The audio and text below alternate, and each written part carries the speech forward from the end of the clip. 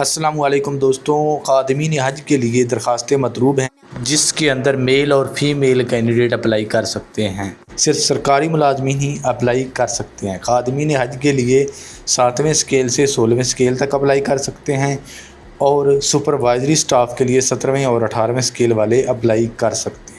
Apply कैसे करना है? OTS की जो वेबसाइट है ओरिजिनल, उस पे आप लोग 27/8/2026 से पहले सारा क्राइटेरिया दिया गया है, वहाँ पे डिटेल चेक करके अप्लाई कर सकते हैं।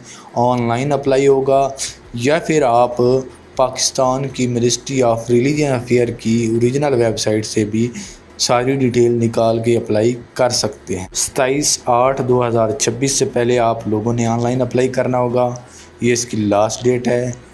और सारी डिटेल OTS की वेबसाइट या फिर मिनिस्ट्री ऑफ रिलीजियस अफेयर्स की वेबसाइट पे आप लोगों की डिटेल मिल जाएगी कि अप्लाई कैसे करना है।